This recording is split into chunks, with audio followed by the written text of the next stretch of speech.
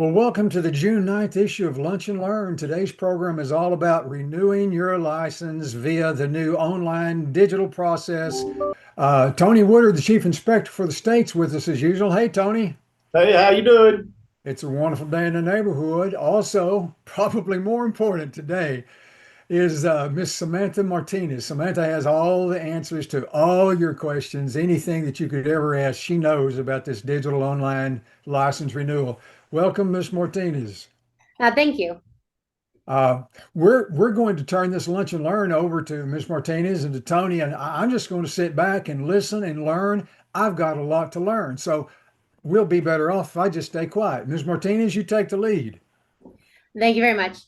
Here, everybody, we're going to be talking about ELP and HVAC and the new licensing platform. So the electronic licensing platform has been adopted and introduced by the department and will be utilized. This is just going to be a brief overview of how to get through the program and how to actually get to your renewal and how the processes work. There is also an extended version that we have that we can offer at the end of this presentation to anyone. We'll give you an opportunity to email us and we can send that on over to you. First, going green. Like everybody else, we're going to be advancing technology. On April 1st, 2025, HVACR transitioned to the electronic licensing platform for licenses and businesses, migrated into the new system if you were already in the old system. We basically took the paper application that you filled out and made it into a digital copy. We cut the processing time from weeks that it would take for a check to travel through snail mail to hours with the processing. Where to locate applications. Everything that you do in ELP is now going to be set up through an application process. Following http://labor.arkansas.gov/labor/code enforcement/HVACR will bring you to the HVACR page of our section. If you scroll down on this page from where you see the man working on the unit, you will come across these 5 subtitles: organizations for your business, class holders, contractors, A, B, D, and E, your registrants, lifetime, and temporaries. Applications sometimes have a fee. The applications that have fees associated oftentimes result in the occurrence of a license being issued. For the applications that have fees associated that there will be a dollar amount owed, will be for registrants, for class holders, class holder transfers, and renewals, excluding all organizations. Since the organization is just the brick and mortar and the building itself or business would not have to attend any classes to get qualifications, that is a fee that is not included. As you can see on the right-hand side, no fees are associated with our lifetime applications, our exam clearances, organizations, update forms of any kind, deactivation, and reinstatements. If you had a license in the system or a registrant card before April 1, your information was more than likely already put into our new system. You should have received an email from noreply@lnpweb.com. We ask that if you did not receive this email, you contact us at adll.hvac@arkansas.gov. Please provide the name that appears on your HVACR license and your license number. We've had a few people call in and say that their name is Chris Smith, and in all actuality on their license, it's Roger Smith. So please keep that in mind. Our office staff can provide you with usernames. They can also provide you with links to get your password set up. And we want to caution everybody that if you got a temporary password at the beginning before the launch, those temporary passwords no longer are useful. If you had a license before the migration, if you did not have one that did not migrate in, we can help you also get that set up as well. So whether you're new or you've had a license and it didn't migrate, we'll get you set up. Applications, what you need to know on the first part of this. Every application, if you look off to the left-hand side where you see here, I'll use my mouse, you have this little AR, and for this example, this is an exam clearance form. At the top of every application, there is this running tick bar, and it'll tell you this part of the application in which you're at based on hitting click and continue. Here we discovered that this section has 6 areas. Information in general is all about the applicant. So every sinal application has this information collection. That's all about whoever this application is about. When it comes to the business, it's all about that business. When it comes to questions on part 2, that's usually for an individual about your employer or your work experience. Document upload, kind of self-explanatory. Documents will be required in this field. Information summary is on every single application. This is your final step to check everything for spelling errors, check to make sure those street addresses or numbers are fine, and that gives you an opportunity before you click continue or confirm. Electronic signature is where you confirm that you have reviewed your summary and you're going to type out your digital name. Lastly will be a confirmation. From every application that you do, you'll get a confirmation that's time-stamped, and there will be a little box that says what happens next. Part 2, these are 3 additional fields that can be found in that ribbon. So as we discussed in the previous slide, sections 1, 4, 5, and 7 were already covered, and those are the same here on a registrant renewal. The questions and fees has been replaced on this section because there will be a fee associated with this application type. Therefore, it will just ask you to confirm, is this the price that you'll be paying? $25 for registrant, $200 for class A, there will be $150 for class B, etc. Affiliations. Affiliations is a tab for whoever is your superior.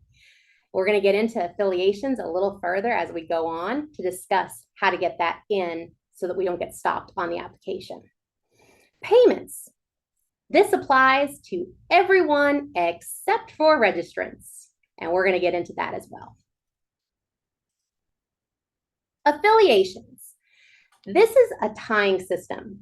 Affiliations are pretty much your superior, as I explained. The organization is going to be the affiliation for contractors, the class holders. The contractors are the affiliations for the registrants. So if you follow this step, you can easily see how the affiliation tree flows. We should never really have an affiliation from an organization to a registrant. If affiliations aren't working for you, it could be the fact that the individual or the business that you are looking for has been expired. If the license is expired, whether it be business or individual, please do contact us. Let us know that you're having a hard time finding that business or locating your contractor. We can inform you whether or not they are expired. And if it's a business, we can update it to allow you to affiliate. If you enter your own license number in that field, you're not superior to yourself, so therefore it may not work. If you need to add a brand new business, we can help you out with instructions on that, or you can simply fill out an organization registration. We do ask that you please contact us first because we may have it in. As we found out with this new system, it doesn't allow special characters. So if your business name has an ampersand, our system has replaced it with the word and. This is one of the biggest key factors that we needed to address in this Lunch and Learn, and I hope this can help ease everyone down. For registrants, as we said earlier in the slide, the payment screen is not necessarily for registrants. Underneath the way that the laws are applied, registrants are under the responsibility of class holders. So we've had a lot of people put in applications and try to directly pay for their registrant. The reason why they're getting denied is because on our side, when it comes to us for final approval, we do not see that the class holder has ever acknowledged this individual as theirs. We've recently had some people trying to do nefarious work, trying to apply for contractors, and even been given calls. Contractors don't know who they are. So when it comes to a registrant and you see that electronic signature paddle, you're simply going to click attest that you've reviewed the summary, sign your name, and then to the right-hand side, use the drop-down menu to find the class holder and click Send Payment Request. At this time, you'll get a confirmation code telling you that you have submitted it, and it'll give you a timestamp. What happens now that you sent it over to the class holder? The request and application will go to the class holder's profile underneath their submission tab from their dashboard. They will be able to review and select the applications that they wish to pay, and also discern the ones that they may not know anything about and delete those applications out so that they don't have to pay for them. If that is approved and you're the class holder, it all goes over to your shopping cart to pay. Once you've paid for all those applications, it gets sent to our office into a queue where we then will review that information to make sure everything is still correct, that the class holder has agreed that this person will be underneath their entire control, and will approve it. An email will then get sent to the registrant as well as the class holder that the approval has gone through. What happens if you're denied or rejected? Denied, that's the final. There's no way to bring it back once a denial has gone through. You'll just have to reapply. If there was any money involved, we'll more than gladly issue you a refund. And that may take up to 30 days as we have to submit the refund to our finance section, and then it will be placed back to your card. If you've been rejected for resubmission, that means something wasn't quite right. Either we could not read a document that you've uploaded, or we noticed that there was a name that wasn't quite right that was originally on the platform. We can reject that for resubmission, and you can just make those simple corrections in the note field that you get emailed. If there was money involved, you do not pay to resubmit the correction. You pay the first time. How to avoid being denied. These 5 steps are gold. I say check your email for the no reply at lmpweb.com. See if you received your username. If you received a temporary password, it no longer works. This is where you want to know if you already have an account. Then you would have gotten an email that said new username. Check with our office via email at adll.hvac@arkansas.gov. Provide the name that appears on your HVAC license as well as your license number to allow us to look in the system to see if you're already there. We can then send you information to get you back up. Do not pay directly for a registrant, a new or a renewal. This must have a payment request attached to it. Underneath that new guideline, we must see that the employer acknowledges it. On the paper form that you used to fill out, the employer used to have a spot that they could actually sign at the bottom acknowledging that they knew who this was. We've taken that to a digital platform, and this is where that extra step is necessary. Do not apply for a contractor's license if you have not taken an exam.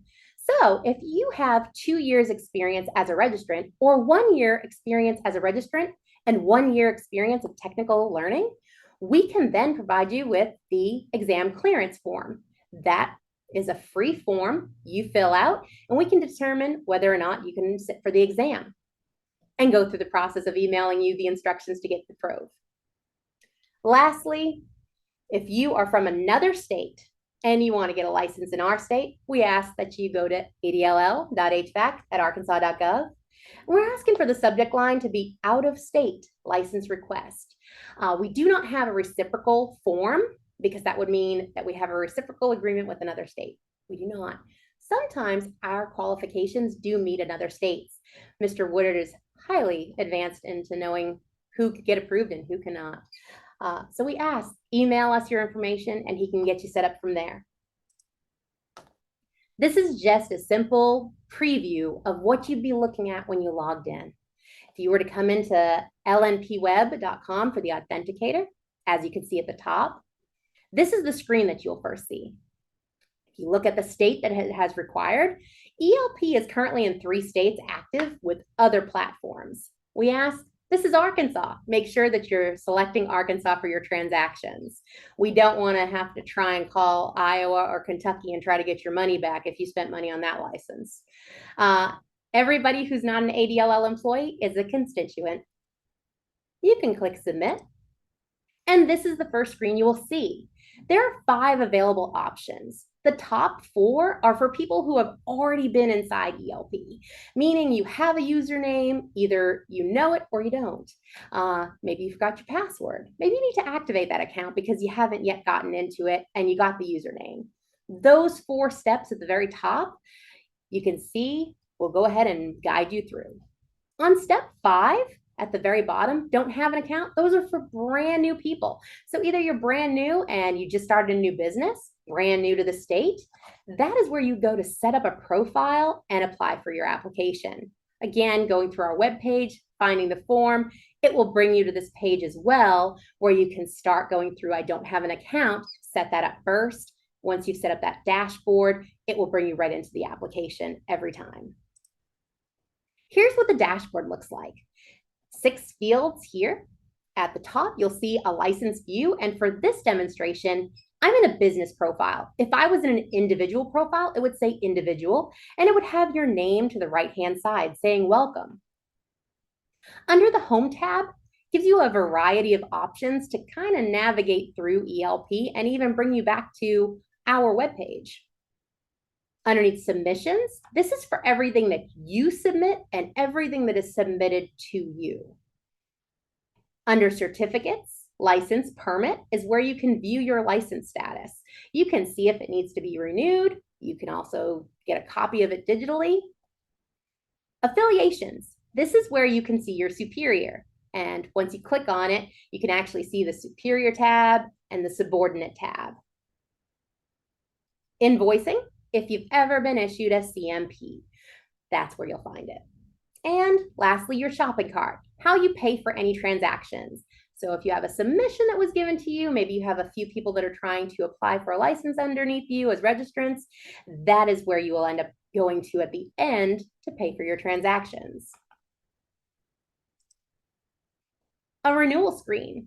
Everyone asks, how do we get to our renewal screen? After you've logged in with your username and your password and you hit your certificate license permit, you should see your license at the bottom.